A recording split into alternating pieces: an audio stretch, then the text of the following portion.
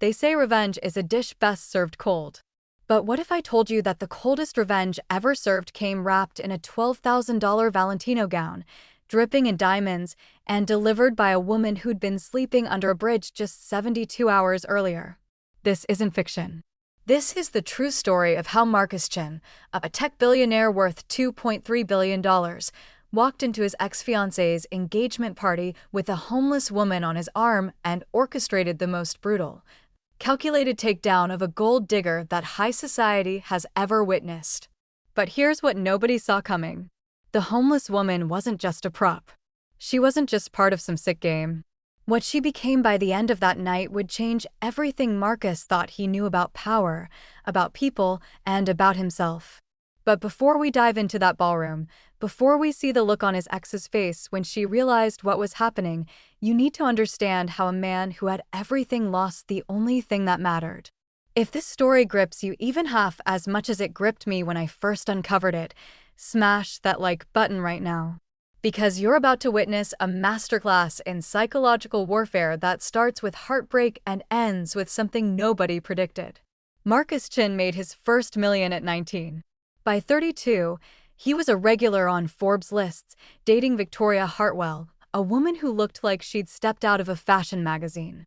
She came from old money, the kind of family that didn't need to work but did anyway, just to maintain appearances. Beautiful in that untouchable way, with perfect blonde hair that never moved and a smile that photographers loved but never quite reached her eyes. Marcus thought he'd found his forever. He was catastrophically wrong. He found out the way these things always seem to happen in movies, except this was real and it cut deeper than any script ever could. He came home early from a business trip to Singapore. Wanted to surprise her. Brought her favorite macarons. The apartment was dark except for the bedroom.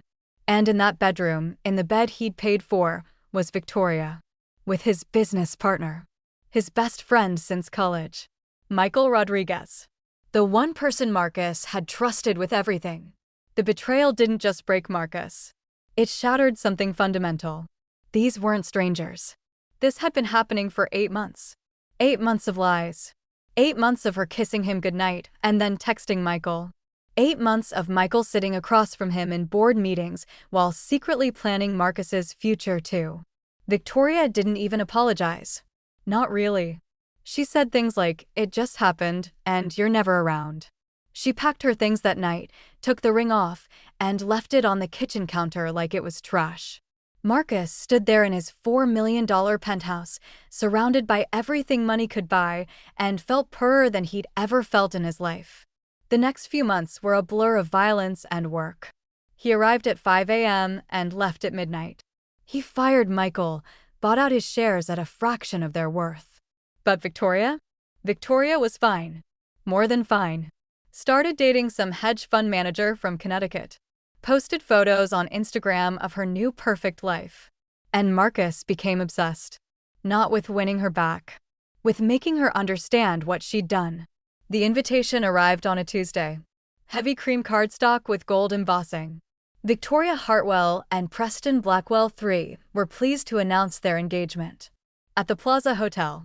The same hotel where Marcus had proposed to her. The message was clear. She'd moved up. Found someone better. Someone whose family had been rich for generations.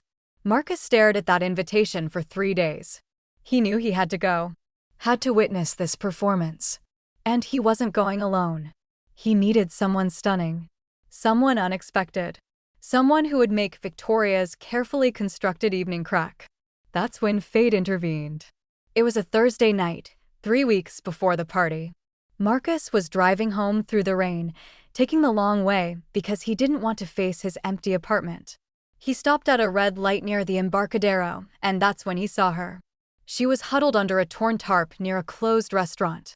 Layers of mismatched fabrics, dirty and worn. But it was her face that stopped him. Even through the rain-streaked window, he could see her face. She was black, maybe mid-30s, with features that would have been striking if they weren't hollowed out by hunger and exhaustion. The light turned green. Marcus didn't move. Cars honked. He didn't care. For the first time in months, he felt something other than rage or emptiness. He felt curious. He pulled over, parked illegally, got out into the rain without his jacket, walked over to her. She looked up at him with eyes that held no hope but also no fear, just tired acceptance. "What's your name?" Marcus asked. She studied him. "Why?" "I want to know." Most people just want to feel better about themselves. Drop some change. Walk away. I'm not most people. She almost smiled. "Yeah, I can tell. You got that look." "What look?" "Rich and miserable." "That's a specific look." Marcus laughed. Actually laughed. "For the first time in months." "You're right. I'm both those things." "Your name?" "Sarah. Sarah Williams." "Sarah, when's the last time you ate a real meal?" She shook her head. "Can't remember. Maybe 6 months." Marcus made a decision that would change everything. "Come with me." Sarah's eyes narrowed. "Listen, I'm not that. I'm taking you to dinner. We talk, you go back to wherever you go. Deal?" She looked at him like he might be crazy. But hunger won. "Deal." They went to a small Vietnamese place 3 blocks away. He ordered half the menu. She ate like someone who'd forgotten what full felt like. And between bites, she told him her story. Sarah had been a teacher. 3rd grade. Loved it. Then her mother got sick. Stage 4 cancer. Sarah took leave to care for her. Used up her savings. Maxed out credit cards. Her mother died anyway. Sarah fell into depression. Lost her job. Lost her apartment. Lost everything in 8 months. Same amount of time Victoria had been cheating. "I had a whole life," Sarah said, staring at her foe. "Students who loved me. Friends. A future. And then." She gestured at herself. "This. Do you want that life back?" "Wanting doesn't mean much when you're sleeping under the overpass. What if I could help?" Sarah's expression hardened. "There's always a price." "What do you want?" This was it. "I need a date. To a party. In 3 weeks." A date. Her tone was flat. "An engagement party. For my ex-fiancé. She cheated on me. Left me. Now she's marrying someone richer. And I need to walk in there with someone who will make her question everything." "So you want to turn me into some Pretty Woman makeover story?" "No. I want to offer you a deal. 3 weeks. I put you up in a hotel. Clean clothes. Real meals. You come to this party with me. After that, I help you restart your life. First month's rent and deposit. Job placement. Whatever you need." Sarah stared. "Why me? You could hire an escort. Call any woman in this city." Marcus thought about that. "Because you looked at me like you understood." "Understood what?" "What it feels like to lose everything." The restaurant went quiet around them. Sarah's eyes glistened, but no tears fell. "This is insane." "Completely. If I say yes, promise me something. That this isn't charity. That I'm not some project. That this is a real deal between 2 people who need something from each other."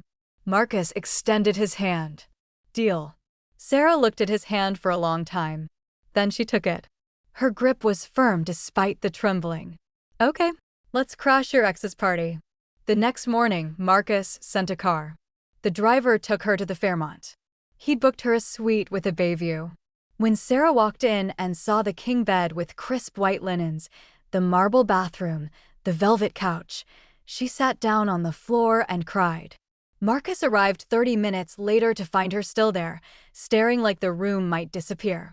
"Hey," he said softly, sitting next to her on the carpet. "You okay?" "I haven't slept in a real bed in almost a year. I forgot what it felt like to be warm. To be clean. To not worry about someone stealing my stuff while I sleep.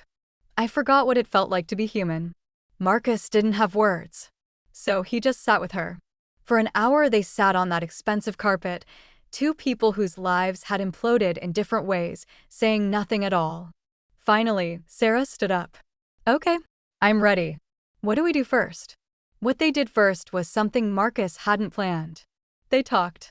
Over the next 3 days, they just talked. Sarah told him about her students. About the little girl named Emma who brought her drawings every Friday. About her mother's laugh. About how grief had hollowed her out until there was nothing left but survival. Marcus told her about Victoria. About the betrayal. But also about growing up poor in Oakland. About his immigrant parents who'd worked 3 jobs each so he could go to a good school. About how he'd built his wealth from nothing and how that nothing still lived inside him, making him feel like an imposter in his own life. You want to know something funny? Sarah said on the third night. They were having dinner in her suite. I used to see people like you. Rich people. And I'd think you had it all figured out. Like money solved everything. It doesn't. I know that now. Money didn't save my mom. Didn't save me from losing everything. And clearly didn't save you from getting your heart broken. She paused. But it does make the suffering more comfortable. Marcus laughed darkly. That's the most honest thing anyone said to me in years. On the fourth day, they started the transformation. But Sarah had other ideas. I'm not going to pretend to be something I'm not, she said firmly. If we're doing this, we're doing it my way. I want to look like me. Just the best version of me. So they did it differently. Boutiques in Hayes Valley and the Mission. Places that celebrated style over status. Sarah chose a deep emerald gown that hugged her curves and made her skin glow. Not designer. Just beautiful. Elegant jewelry. She got her hair cut but insisted on keeping her natural curls. I spent too many years straightening this hair trying to fit in. Not anymore. The woman who emerged wasn't a Pygmalion fantasy. She was Sarah Williams, fully herself, just with resources and support and hope. But something else was emerging too. A connection that went deeper than their deal. Marcus found himself looking forward to their dinners. To her laugh. To the way she called him out when he was being pretentious. Sarah found herself trusting this man who'd stopped in the rain. Who'd seen her when the world had learned to look away. Are we friends? Sarah asked one night, a week before the party. Marcus considered it. I think we might be. That wasn't part of the deal. No, it wasn't. They both knew it was already complicated. But that question would have to wait. Because the engagement party was in 7 days, and they still had to finalize the plan. Here's what I'm thinking, Marcus said on the 6th night. They were in his penthouse. We walk in. Everyone stares because you're stunning. Victoria sees us. Gets jealous.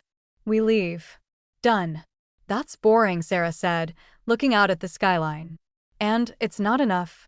If you just show up with a pretty date, Victoria wins. She'll tell herself you're overcompensating. Still hurt. Trying too hard.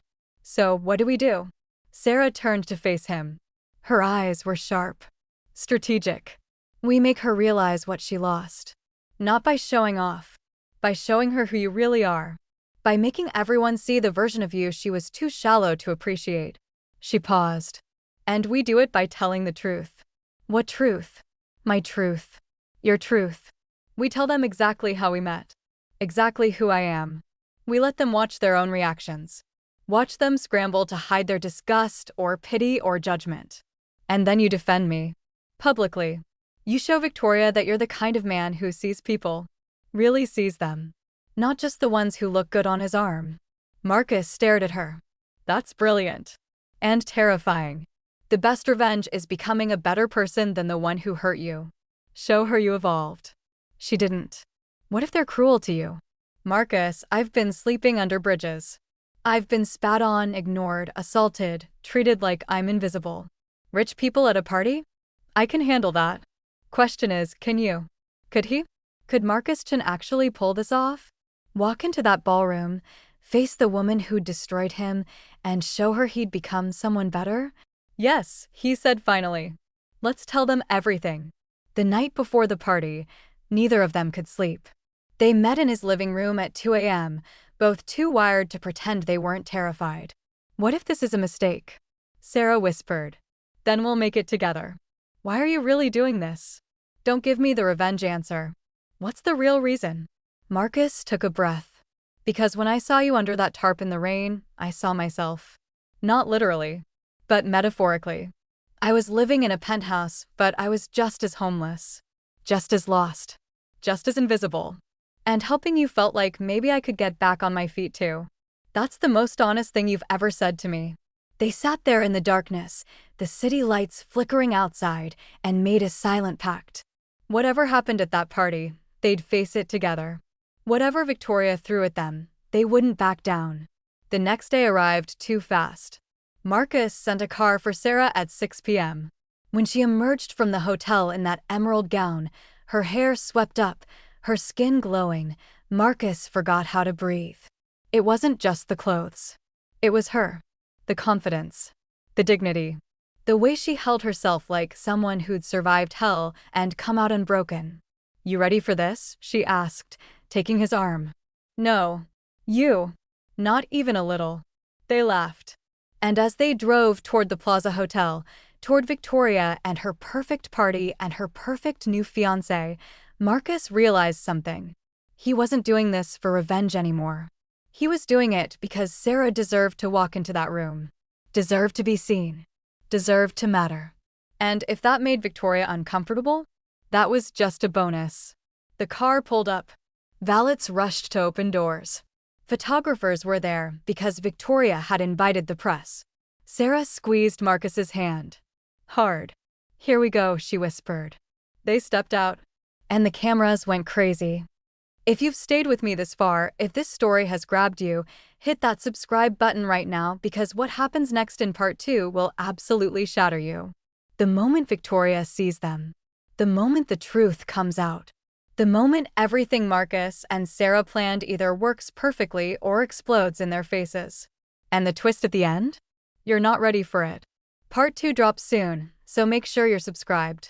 You do not want to miss what happens when they walk into that ballroom and change everything.